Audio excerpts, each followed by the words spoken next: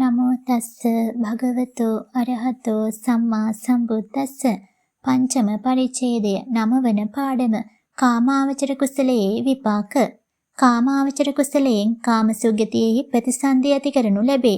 ප්‍රවෘත්ති කාලයේහි මහා විපාක 8ය අහේතුක කුසල විපාක 8ය යන සිත් 16ම සුදුසු පරිදි කාම රූප ලෝක දෙකෙහි ඇති කරනු ලැබේ.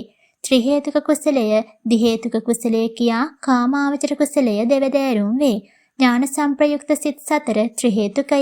ඥාන විප්‍රයුක්ත සිත් 4 ද්වි හේතුකය. එයින් ත්‍රි හේතුක කුසලය බලවත්ය. දි හේතුක කුසලය දුබලය. ත්‍රි හේතුක කුසලයද උත්කෘෂ්ඨ ඕමක වශයෙන් දෙපරිදි වේ. ද්වි හේතුක කුසලයද එසේම දෙපරිදි වේ. ජනයා අතර තමා උසස් කෙනෙකු ලෙස පෙනී සිටීමේ බලාපොරොත්තුවෙන් හෝ අනුන් පහත් කිරීමේ අදහසින් හෝ යම් කුසලයක් කෙරේ නම් අදහස අපිරිසිදු බැවින් ඒ කුසලය හීන වේ. කුසලය කිරීමට සමීප කාලයේදී හා කුසලය කිරීමෙන් පසු ඒට සමීප කාලයේදීද අකුසල් සිත් ඇති වූහොත් දෙපස ඇති වූ අකුසලයන් නිසා කුසලය හීන වේ. කුසලය කොට මා කලේ මෝඩකමක් යනාදී කල කුසලය ගැන නොසතුටක් ඇති කරගත්තේ නම් එයින්ද කුසලය හීන වේ. ඕමක කුසලයයි කියනුවේ හීන කුසලයටය.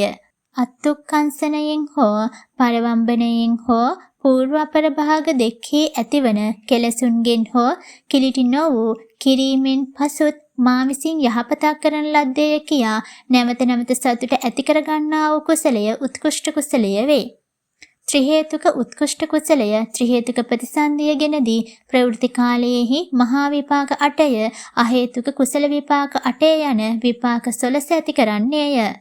ත්‍රි හේතුකෝත්කෘෂ්ඨ කුසසිත 4න් එක් එක් චිත්තයකින්ම මෙසේ කාමසුගතියෙහි ප්‍රතිසන්දියේදී ප්‍රවෘත්ති කාලයේ විපාක 16ක් ඇති කරනු ලැබේ.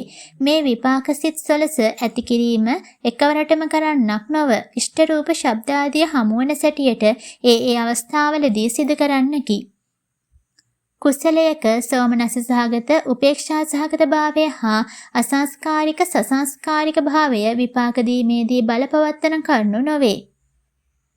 එබැවින් සෝමනස්ස සහගත කුසලයෙන් උපේක්ෂා සහගත විපාකද උපේක්ෂා සහගත කුසලයෙන් සෝමනස්ස සහගත විපාකද අසංස්කාරික කුසලයෙන් සසංස්කාරික විපාකද සසංස්කාරික කුසලයෙන් අසංස්කාරික විපාකද ඇතිවන බව සැලකිය යුතුය.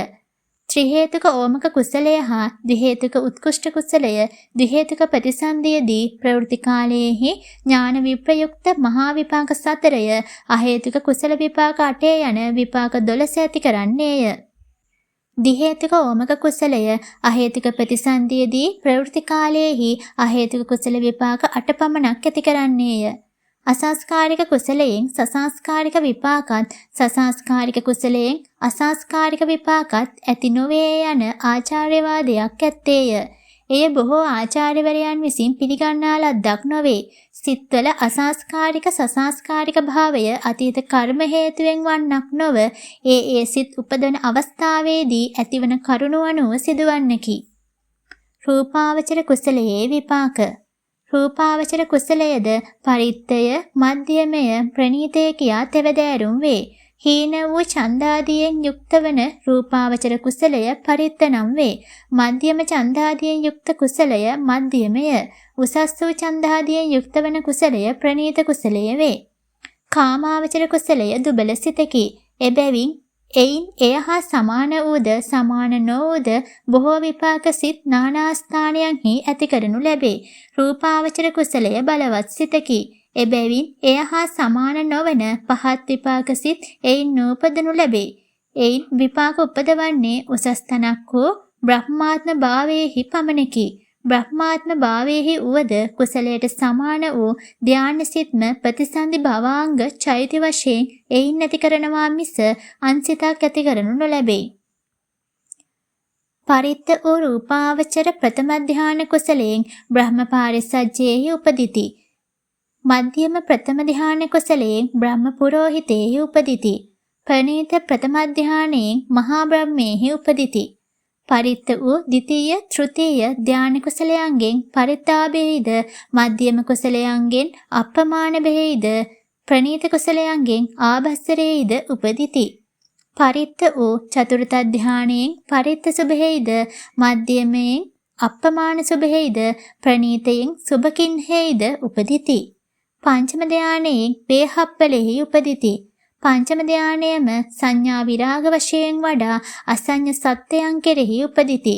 ඇතැම් කර්මවාදී තීර්ථකයෝ සිත ඇති කල්හි ඇලීම් විරුද්ධ වීම මුලා වීම මැත්තේය. සිත නැති කල්හි ඒවා නැතයයි සිතෙහි දොස් දැක අචිත්තක භවයක් පතා වායෝ කසින භාවනාවෙන් පංචම ධානය උපදවා අසඤ්ඤ භවෙහි උපදිති. ඔව්හු මල ඉරියව්වෙන් එහි උපදිති. පංචම ධානලාභී අනාගාමීහුම සුද්ධාවාසයේහි උපදිති. සුද්ධාවාසයේහි අන්‍යයෝ නූපදිති. අනාගාමීන්ගෙන්ද ශ්‍රද්ධාධිකයෝ අවිහෙයිද වීරයාධිකයෝ අතප්පෙහිද ස්මෘත්‍යාධිකයෝ සුදස්සෙහිද සමාධ්‍යාධිකයෝ සුදස්සියෙහිද ප්‍රඥාධිකයෝ අකනිට්ඨෙහිද උපදිති.